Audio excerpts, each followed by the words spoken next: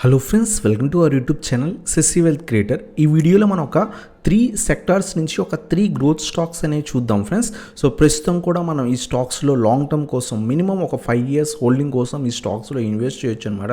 ఇంకా కూడా మంచి వాల్యుయేషన్స్ దగ్గర దొరుకుతున్న స్టాక్స్, అలాగే స్లోగా కన్సిస్టెంట్గా గ్రో అయ్యే స్టాక్స్ ఫ్రెండ్స్. సో ప్రస్తుతం మనం మార్కెట్ బుల్ రన్లో ఉన్నాం కాబట్టి చాలా స్టాక్స్ విత్ ఇన్ వీక్లోనే 10%, 20%, 30% రిటర్న్స్ ఇస్తున్నాయి. But once bull run complete అయిన తర్వాత మనకి కొన్ని కన్సిస్టెంట్ స్టాక్స్ మాత్రమే కన్సిస్టెంట్ రిటర్న్స్ అనేవి ఇచ్చే ఛాన్స్ ఉంటాయి అనమాట.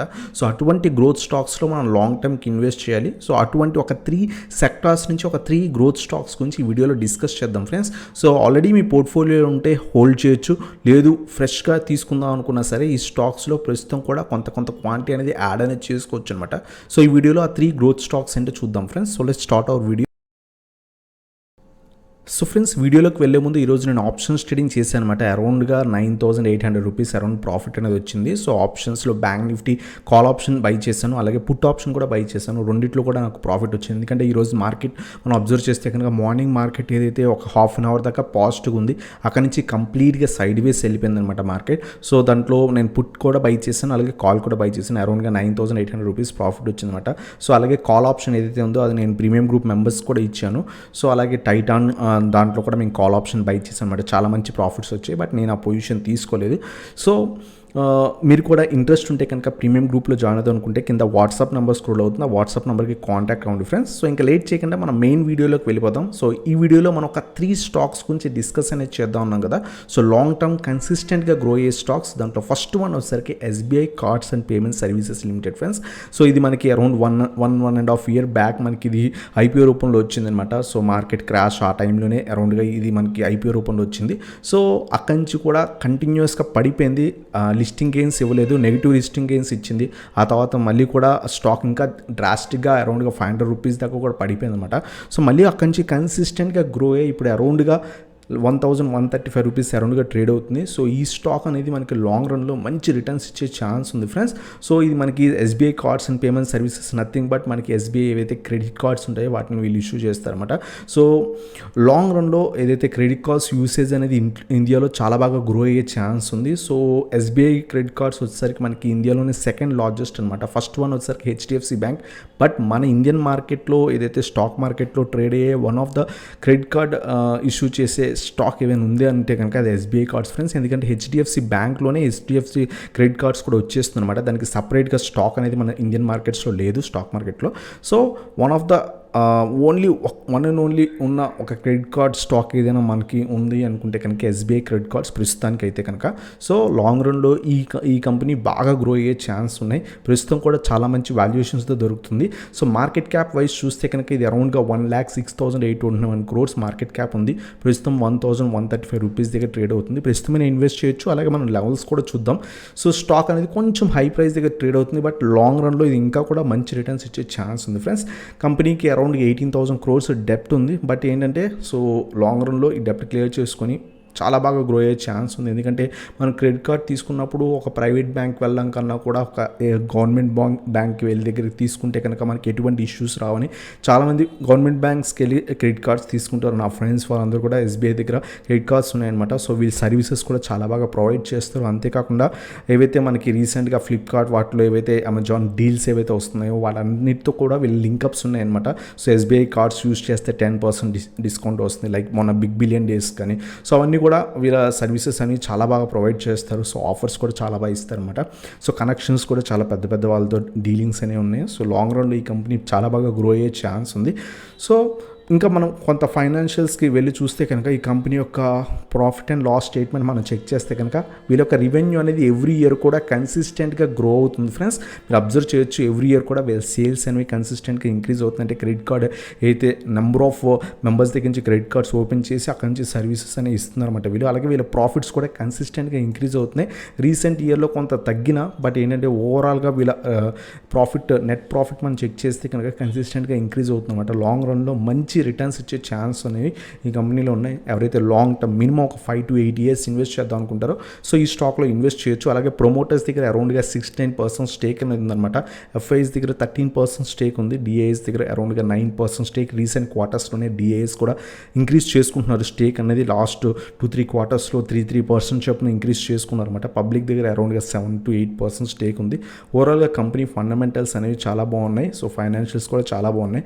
లాంగ్ రన్లో ఈ కంపెనీ మంచి రిటర్న్స్ ఇచ్చే ఛాన్స్ ఉంది. సో ఎవ్రీ 3 to 4 yearsకి మనకి క్యాపిటల్ని డబల్ చేసే ఛాన్స్ ఉందన్నమాట. ప్రస్తుతం స్టాక్ వచ్చేసరికి 1150 దగ్గర రెసిస్టెన్స్ తీసుకుని అక్కడి నుంచి పడుతుంది ఫ్రెండ్స్. మల్టిపుల్ టైమ్స్ ఈ లెవెల్ దగ్గరే అరౌండ్గా రెసిస్టెన్స్ తీసుకొని పడిందనమాట. సో పడిన తర్వాత ఇది అరౌండ్గా 950 నుంచి 1000 లెవెల్స్ దాకా కూడా పడిపోతుంది అనమాట. సో వెయిట్ చేయండి. సో 1000 రూపీస్ 1030 రూపీస్కి ఒకవేళ ఈ స్టాక్ వస్తే కనుక అది బెస్ట్ లెవెల్స్ అనమాట. మనం కొంత ఎక్కువ క్వాంటిటీ ఇన్వెస్ట్ చేయడానికి. లేదు నేను లాంగ్ టైం ఇన్వెస్ట్ చేస్తున్నాను కాబట్టి కొంత క్వాంటిటీ ప్రస్తుతం కూడా యాడ్ అనేది చేసుకొని 1000 రూపీస్కి ఆ లెవెల్స్కి వస్తే కనుక 1030 లెవెల్స్ ఆ లెవెల్స్కి వస్తే కనుక ఇంకొంత క్వాంటిటీ అనేది యాడ్ అనేది చేసుకోవచ్చు అనమాట. సో ఇది మన ఫస్ట్ స్టాక్ ఫ్రెండ్స్.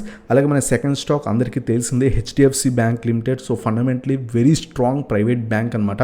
బట్ ఇంకా కూడా మనకి మంచి వాల్యుయేషన్స్ దగ్గరే దొరుకుతుంది ఫ్రెండ్స్. సో ఎవరైతే ఇప్పుడు దాకా బ్యాంకింగ్ సెక్టర్లో ఇన్వెస్ట్ చేయలేదో హెచ్డిఎఫ్సి బ్యాంక్ కన్సిస్టెంట్ రిటర్న్స్ ఇస్తుంది. స్లో రిటర్న్స్ ఇచ్చినా సరే కన్సిస్టెంట్గా మీ క్యాపిటల్ని ఇంక్రీజ్ చేస్తుంది. సో అంతేకాకుండా మార్కెట్ క్రాష్లో 30, 40, 50, 60% పడిపోకుండా సో కేవలం 10%, 15%, 20% దాకా కరెక్ట్ అయ్యే ఛాన్స్ ఉంటాయి ఈవెన్ ఇక్కడ నుంచి మార్కెట్ క్రాష్ వచ్చినా సరే.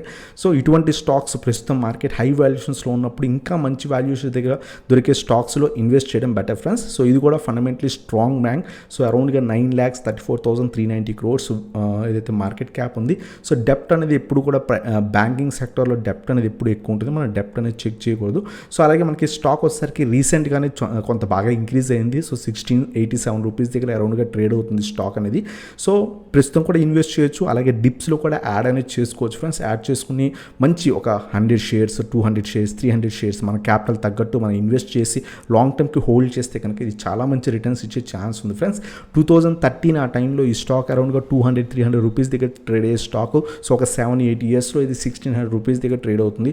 సో అలాగే every 8 years to 10 years so ఆ టైంలో మనకి 2 times 3 times క్యాపిటల్ అనేది డబల్ చేస్తుంది. సో అంత కన్సిస్టెంట్గా గ్రో అయ్యే కంపెనీ అనమాట. సో అలాగే మనం ఇంకా ఫైనాన్షియల్స్కి వస్తే కనుక రీసెంట్గానే డే బిఫోర్ ఎస్టర్డే మనకి ఏదైతే రిజల్ట్స్ అనేవి పోస్ట్ చేశారు చాలా మంచి రిజల్ట్స్ అనేవి పోస్ట్ చేశారు.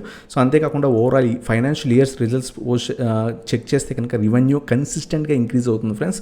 సో అలాగే నెట్ ప్రాఫిట్ ఎక్స్పెన్సెస్ అన్నీ పోయిన తర్వాత ట్యాక్స్ అన్నీ పే చేసిన తర్వాత వీళ్ళ నెట్ ప్రాఫిట్ కనుక మనం చెక్ చేస్తే కనుక కన్సిస్టెంట్గా వీళ్ళ ప్రాఫిట్ అనేది ఎవ్రీ ఇయర్ కూడా 2,000 to 3,000 crores అనేది ఇంక్రీజ్ అవుతుందన్నమాట. సో ఎప్పుడైనా ఒక ఫండమెంటలీ స్ట్రాంగ్ కంపెనీకి మనం చెక్ చేయాల్సింది ఎప్పుడు కూడా వాళ్ళ రెవెన్యూ బాగా జనరేట్ అవుతుందా లేదా, అలాగే వాళ్ళ ప్రాఫిట్స్ అనేవి బాగా జనరేట్ అవుతున్నాయా లేదా చెక్ చేయాలి. సో దాంతోపాటు పీబీ రేషియోస్ కూడా మనం చెక్ చేస్తే కనుక మిగతా బ్యాంకింగ్ సెక్టర్తో బ్యాంకింగ్ స్టాక్స్తో పోలిస్తే కనుక ఈ స్టాక్ ఇంకా కూడా మంచి వాల్యుయేషన్స్ దగ్గర ట్రేడ్ అవుతుంది. సో చాలామంది అడుగుతున్నారు హెచ్డిఎఫ్సి బ్యాంక్లో ప్రస్తుతం లాంగ్ టర్మ్కి ఇన్వెస్ట్ చేయొచ్చు అని. ప్రస్తుతం కూడా మనం లాంగ్ టర్మ్కి ఇన్వెస్ట్ చేయొచ్చు. సో వితిన్ 1.5 year దాకా మనకు అంత మంచి రిటర్న్స్ కనిపించకపోయినా బట్ లాంగ్ రన్ ఒక 4 years, 5 years, 10 yearsకి చాలా మంచి 2x, 3x, 4x రిటర్న్స్ అని మనం ఎక్స్పెక్ట్ అనేది చేయొచ్చు అనమాట. సో ఇది మనకి ఈ షేర్ గురించి. అలాగే ప్రమోటర్స్ దగ్గర అరౌండ్గా 25% స్టేక్ ఉంది. ఎఫ్ఐఎస్ దగ్గర అరౌండ్గా 39% స్టేక్ ఉందన్నమాట. సో అలాగే డిఐఎస్ కూడా రీసెంట్ క్వార్టర్స్లో స్టేక్ అనేది ఇంక్రీజ్ చేసుకున్నారు, 21% స్టేక్ ఉంది. అలాగే రీటైల్ ఇన్వెస్టర్స్ లైక్ పబ్లిక్ దగ్గర అరౌండ్గా 13% స్టేక్ ఉంది ఫ్రెండ్స్. సో ఇది ఓవరాల్గా ఫండమెంటలీ స్ట్రాంగ్ బ్యాంక్. ప్రస్తుతం మనం చార్ట్లో చూస్తే కనుక ఈరోజు కూడా స్టాక్ అనేది కొంత కింద పడింది. ఈవెన్ ఆఫ్టర్ పోస్టింగ్ మంచి రిజల్ట్స్ పోస్ట్ చేసిన తర్వాత కూడా పడింది. ఎందుకంటే రిజల్ట్స్ పోస్ట్ చేయకముందే స్టాక్ అనేది స్ట్రాంగ్ ర్యాలీ ఇచ్చిందనమాట. ఈరోజు కొంత గ్యాప్ అప్ ఓపెన్ అయ్యి కంటిన్యూస్గా పడింది. సో ఈ స్టాక్ ప్రస్తుతం ఇన్వెస్ట్ చేయొచ్చు. లేదు అనుకుంటే కనుక 1500, 1550, 1600 ఈ లెవెల్స్ ఏవైతే ఉన్నాయో ఆ లెవెల్స్ దగ్గరకు వస్తే కనుక మంచి క్వాంటిటీ అనేది తీసుకొని ఇన్వెస్ట్ అనేది చేయండి ఫ్రెండ్స్. ప్రస్తుతం ఇప్పుడు దాకా మీ పోర్ట్ఫోలియోలో ఒకవేళ హెచ్డిఎఫ్సి బ్యాంక్ షేర్ లేకపోతే సో వెయిట్ చేసి ఒక 50-60 పాయింట్స్ 1600 లెవెల్ దగ్గర కానీ 1550, సో 1500 ఈ అరౌండ్ 100 పాయింట్స్ రేంజ్లో ఎక్కడైనా సరే మనం బై చేసి లాంగ్ టర్మ్కి హోల్డ్ అనేది చేయొచ్చు అనమాట. సో ఇది మన second stock. So slow and consistent growth stock friends. So మీ పోర్ట్ఫోలియోని హెవీగా డ్యామేజ్ చేయవు మార్కెట్ క్రాష్లో. అంతేకాకుండా స్లోగా అయినా సరే కన్సిస్టెంట్ రిటర్న్స్ అనేవి ఇస్తాయి. ఎవ్రీ 3 ఇయర్స్కి 3.5-4 ఇయర్స్కి క్యాపిటల్ని డబల్ చేసుకుంటూ మంచి రిటర్న్స్ ఇస్తాయి అనమాట. సో అలాగే మన ఫోర్త్ కంపెనీ వచ్చేసరికి సిఎట్ లిమిటెడ్ ఫ్రెండ్స్. మనం ఈ షేర్ని అరౌండ్గా 1000 రూపీస్ దగ్గర కూడా మనం డిస్కస్ చేసాం. సో లాంగ్ రన్కి ఇది చాలా మంచి కంపెనీ అనమాట. సో సిఎట్ అని మనకు అందరికీ తెలిసిందే టైర్ మ్యానుఫ్యాక్చరింగ్ కంపెనీ అనమాట. So fastest growing company. వీళ్ళ యాడ్స్ కూడా మనం చెక్ చేస్తే కనుక మనం ఏదైతే క్రికెట్ చూసినప్పుడు వీళ్ళ యాడ్స్ అనేవి కంటిన్యూస్గా రన్ అవుతుంటాయి సిఎట్ లిమిటెడ్వి. సో లాంగ్ రన్లో ఇది ఇంకా కూడా బాగా గ్రో అయ్యే ఛాన్స్ అనేవి ఎక్కువ ఉన్నాయన్నమాట. ప్రస్తుతం షేర్ వాల్యూ చూస్తే కనుక 1356 రూపీస్ దగ్గర ట్రేడ్ అవుతుంది. మార్కెట్ క్యాప్ ఈ కంపెనీ చూస్తే కనుక 5485 crores ఉందన్నమాట. సో డెప్ట్ అరౌండ్గా 1500 crores ఉంది. సో మన ROCE, so return on capital employed మనం చెక్ చేసినట్టు ఇంకా 14.4% ఉంటుంది. బట్ మరీ వెరీ బాగా ఉందని చెప్పలేం, బట్ డీసెంట్ ROCE ఉందన్నమాట. సో అలాగే మనకి స్టాక్ వచ్చేసరికి 11 దగ్గర ఉంది ఫ్రెండ్స్. స్టాక్ PE ఇంకా కూడా 11 దగ్గర, అంటే ఇంకా మంచి వాల్యుయేషన్ దగ్గర ట్రేడ్ అవుతుంది అనమాట స్టాక్. ఎవరైతే లాంగ్ టర్మ్ ఇన్వెస్ట్ చేద్దాం అనుకుంటున్నారో ఖచ్చితంగా మంచి రిటర్న్స్ ఇచ్చే కంపెనీ అనమాట. సో అలాగే మనకి ఏదైతే కంపెనీ చాలా వరకు డెప్ట్ అనేది రెడ్యూస్ చేసుకుంది. నెక్స్ట్ కమింగ్ క్వార్టర్ కూడా మంచి రిజల్ట్స్ పోస్ట్ చేసే ఛాన్స్ ఉంది. అలాగే డివిడెండ్స్ కూడా చాలా బాగా ఇస్తుంది అనమాట. బట్ ఏదైతే సేల్స్ గ్రోత్ అనేది హెవీగా లేదు రీసెంట్ టైమ్స్లో, బట్ కన్సిస్టెంట్గా గ్రో అవుతుంది వీళ్ళ సేల్స్ అనేవి కూడా. ఎవ్రీ ఇయర్ మనం ఫైనాన్షియల్ ఇయర్ చెక్ చేస్తే కనుక వీళ్ళ హెవీగా గ్రోత్ లేదు కానీ బట్ కన్సిస్టెంట్గా వీళ్ళ సేల్స్ అనేవి నెమ్మదిగా గ్రో అవుతున్నాయి అనమాట ఇయర్ ఆన్ ఇయర్ మనం చెక్ చేస్తే కనుక. అలాగే కంపెనీ కూడా ప్రాఫిట్స్ అనేవి జనరేట్ అనేది చేస్తుంది, మంచి ప్రాఫిట్స్ అనేవి జనరేట్ చేస్తుంది. సో రీసెంట్ ఫైనాన్షియల్ ఇయర్లో అరౌండ్గా 432 crores అనేది జనరేట్ అనేది చేస్తుంది అనమాట. సో నెట్ ప్రాఫిట్ కూడా చాలా బాగుంది, డీసెంట్గా ఉందన్నమాట. సో లాంగ్ రన్లో చాలా బాగా ఇంప్రూవ్ అయ్యే ఛాన్స్ ఉన్నాయన్నమాట. సో ఎవరైతే MRF టైర్స్ కొంచెం కాస్ట్లీ టైర్స్ అని చెప్పి కొనలేకపోతారో వాళ్ళు సిఎట్ లిమిటెడ్ కొనే ఛాన్స్ అనేవి ఎక్కువ ఉన్నాయన్నమాట. So compare to other like JK ఇంకో అదర్ టైర్స్ కన్నా కూడా ఈ షేర్ ఈ కంపెనీ టైర్స్ యూజ్ చేసే ఛాన్స్ అనేది ఎక్కువ ఉందన్నమాట. ప్రమోటర్స్ దగ్గర అరౌండ్గా 46% స్టేక్ ఉంది. అలాగే FIs దగ్గర 24% స్టేక్ ఉంది. DIs దగ్గర 13% స్టేక్ ఉంది అరౌండ్గా. అలాగే పబ్లిక్ దగ్గర 15% స్టేక్ ఉంది. ఇది కూడా one of the consistent stock అనమాట. ప్రస్తుతం ఇంకా మంచి వాల్యుయేషన్ దగ్గర ట్రేడ్ అవుతుంది. ఎందుకంటే రీసెంట్ టైమ్స్లో ఈ స్టాక్ వచ్చేసరికి అరౌండ్గా 1760 లెవెల్ దాకా వెళ్ళింది. అక్కడి నుంచి కంటిన్యూస్గా కింద పడిపోయి ప్రస్తుతం ఇంకా మంచి వాల్యూ దగ్గర ట్రేడ్ అవుతుంది ఫ్రెండ్స్. సో 1300 అనేది దీనికి మేజర్ సపోర్ట్ ఉంది. ప్రీవియస్గా కూడా మనం చెక్ చేస్తే కనుక సో 1300 లెవెల్ దగ్గరకు వచ్చి కొంత రీట్రేస్మెంట్ ఏమైనా అయితే కనుక అక్కడ కూడా యాడ్ చేసుకోవచ్చు. ఒకవేళ ఇంకా కొంత డిప్స్లో దొరుకుతుంటే 1100 రూపీస్ దగ్గర 1150 రూపీస్ దగ్గర దొరికితే ఇంకొంత క్వాంటిటీ యాడ్ చేసుకొని లాంగ్ టైంకి హోల్డ్ చేయొచ్చు అనమాట.